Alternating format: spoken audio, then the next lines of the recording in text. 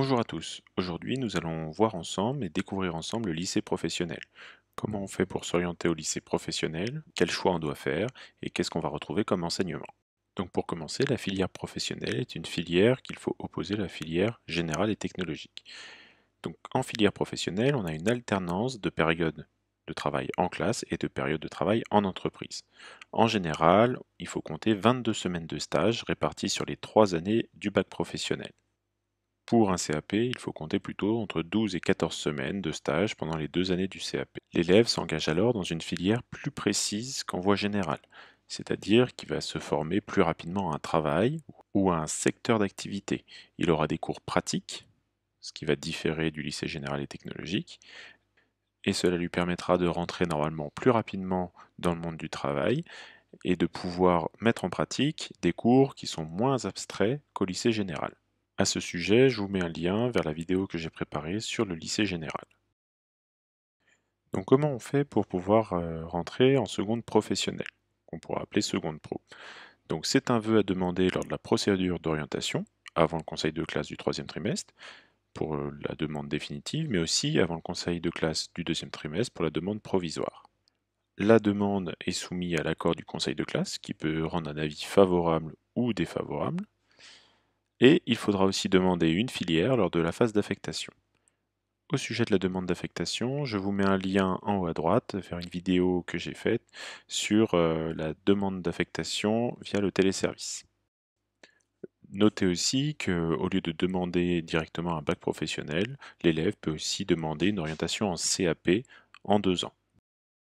Une fois que la demande d'orientation en seconde pro a été faite et acceptée par le conseil de classe, une fois que les vœux d'affectation ont été saisis, c'est le serveur Affelnet qui va procéder aux affectations dans les établissements et dans les filières, que ce soit pour la seconde professionnelle ou le CAP.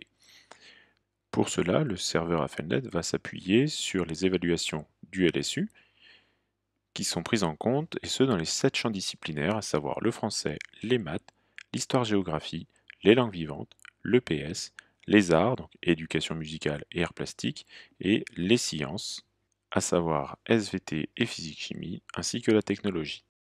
Ces résultats de l'année de troisième sont ensuite coefficientés, et les coefficients vont varier en fonction de la seconde professionnelle qui est envisagée. Nous allons pouvoir voir un exemple sur le tableau qui est ici présent. On voit ici que le total des coefficients est sur 30 et qu'il y a des petites variations entre les bacs pro. Si on regarde le bac pro métier de la maintenance des matériels et des véhicules, on voit que le coefficient sur les sciences et la technologie est plus élevé, avec 8, ce qui veut dire que les notes annuelles euh, en sciences et en technologie vont être multipliées par 8, alors que par exemple les notes en art, donc éducation musicale et arts plastiques, vont être multipliées seulement par 2. On voit sur le premier, métier de l'agencement, de la menuiserie et de l'ameublement, on voit qu'il y a une variation, on est sur un coefficient 3 pour les arts et un coefficient 7 pour la science et la technologie. Ce ne sont pas des grosses variations, mais c'est un élément à prendre en compte au moment de faire vos vœux d'affectation, de choisir vos filières et de bien réfléchir en fonction de vos points forts et de vos points faibles au niveau des disciplines scolaires. Donc vous l'aurez compris, on multiplie tous les résultats scolaires de votre année de troisième par les coefficients qui sont affiliés en fonction des disciplines et ça fait un total de points. Ce total de points va vous permettre après d'être comparé aux autres élèves. Et si une seconde pro dans un établissement propose 20 places, eh ben, on prendra les 20 élèves avec le plus gros total de points, qui prendront ces 20 premières places. Donc si vous avez moins de points que les autres élèves, eh ben, vous aurez moins de chances d'être pris dans les filières que vous souhaitez. Mais pour certaines formations, vous pouvez améliorer ce total de points avec des bonus. Le premier de ces bonus, c'est de pouvoir s'inscrire à une procédure PassPro qui existe pour certaines formations. Donc pour certaines secondes professionnelles, il y a un entretien à passer. La liste des formations concernées est définie par académie. Donc l'élève s'inscrit à un entretien PassPro via son établissement avec l'aide de son prof principal et du chef d'établissement. Une fois qu'il sera inscrit, il va devoir se rendre dans l'établissement souhaité pour y vivre un entretien face à des membres de l'établissement, que ce soit un chef d'établissement ou des enseignants. Lors de cet entretien, on va lui demander ses motivations, comment il a connu cette formation, son projet d'orientation. Tout ça, il va devoir le préparer avec son professeur principal avant l'entretien. Suite à l'entretien, les membres du lycée vont émettre un avis. Donc cet avis, il va pouvoir être favorable, assez favorable ou réservé. Le collège de l'élève en question va lui aussi émettre un avis. Là aussi, il pourrait être favorable, assez favorable ou réservé. On combine ensuite les deux avis pour obtenir un avis global qui va octroyer un plus ou moins grand bonus de points pour l'affectation de l'élève. Enfin, d'autres bonus existent auxquels je n'ai pas fait référence, notamment des bonus liés aux situations de handicap. Au moment de saisir vos vœux d'affectation, vous allez devoir faire un choix pour votre seconde professionnelle. Soit vous allez choisir une seconde qui prépare à une famille de métiers, et il faudra faire un choix ensuite, en fin de seconde, pour choisir un bac pro spécifique en première. Un exemple de seconde pro qui forme pour une famille de métiers, donc la seconde pro, métier des transitions numériques et informatiques. Ou à l'inverse, vous pouvez opter pour une seconde qui prépare directement pour un bac pro spécifique, par exemple la seconde pro, métier de la mode, vêtements. Si vous optez pour une seconde pro qui forme pour une famille de métiers, il existe à la rentrée 2021 15 familles de métiers possibles. Je ne vais pas toutes les citer, mais par exemple, on retrouve les métiers de l'alimentation, ou encore la seconde pro, métier de la beauté et du bien-être, ou dernier exemple, la seconde pro, métier de la relation client. Donc vous l'aurez bien compris, si vous choisissez une de ces secondes pro-là, arrivé en fin de seconde, il faudra faire un choix parmi deux ou trois bacs pro spécifiques auxquels vous aurez été préparé pendant votre année de seconde. Par ailleurs, il y a aussi 4 familles de métiers possibles dans l'enseignement agricole que l'on va retrouver dans les lycées agricoles, et je vous mets la liste juste sur l'écran. Enfin, il existe des secondes pro qui forment pour des spécialités directement, qui forment directement pour le bac pro concerné. Il existe 36 spécialités qui sont hors famille de métiers et que l'on choisit dès la seconde.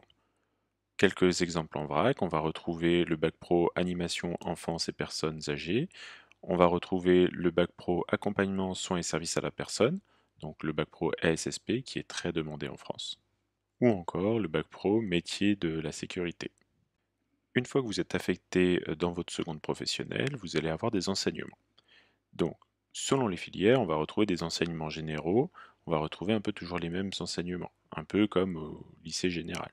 Donc, le français, les mathématiques, l'histoire-géographie, le MC, une langue vivante, le PS, les arts appliqués et culture artistique, et après, selon la spécialité de votre seconde professionnelle, il y aura soit sciences physiques et chimiques, soit une deuxième langue vivante. À cela vont s'ajouter des enseignements professionnels. C'est là qu'on aura le parti un peu plus pratique. Donc on aura les enseignements professionnels qui vont être directement en lien avec le métier ou la famille de métier préparé, du français en co-intervention, donc ça veut dire avec plusieurs enseignants, des mathématiques sciences en co-intervention, l'enseignement de prévention santé-environnement, et enfin, selon votre seconde pro et la spécialité choisie, vous aurez soit économie-gestion, soit économie-droit. Et à ces enseignements vient s'ajouter à partir de la classe de première professionnelle la réalisation d'un chef-d'œuvre. Donc ce chef-d'œuvre sera en lien directement avec votre bac professionnel et ce sera une réalisation personnelle. Je vais terminer cette vidéo en vous disant un petit mot sur l'apprentissage. Donc toutes ces formations qu'on a vues, donc les secondes professionnelles, qu'elles préparent à une famille de métier ou à un métier spécifique, peuvent être préparées en statut scolaire, comme je vous l'ai montré en lycée, mais aussi en statut d'apprenti, donc en alternance. Donc si vous souhaitez faire de l'alternance, de l'apprentissage, il faut tout d'abord trouver un chef d'entreprise qui accepte de vous prendre en formation et qui va accepter de vous accompagner tout au long de ces 2 ans pour un CAP ou 3 ans pour un bac pro. Une fois que vous avez trouvé un patron pour vous accompagner, il va falloir s'inscrire auprès d'un centre de formation pour apprentis, un CFA.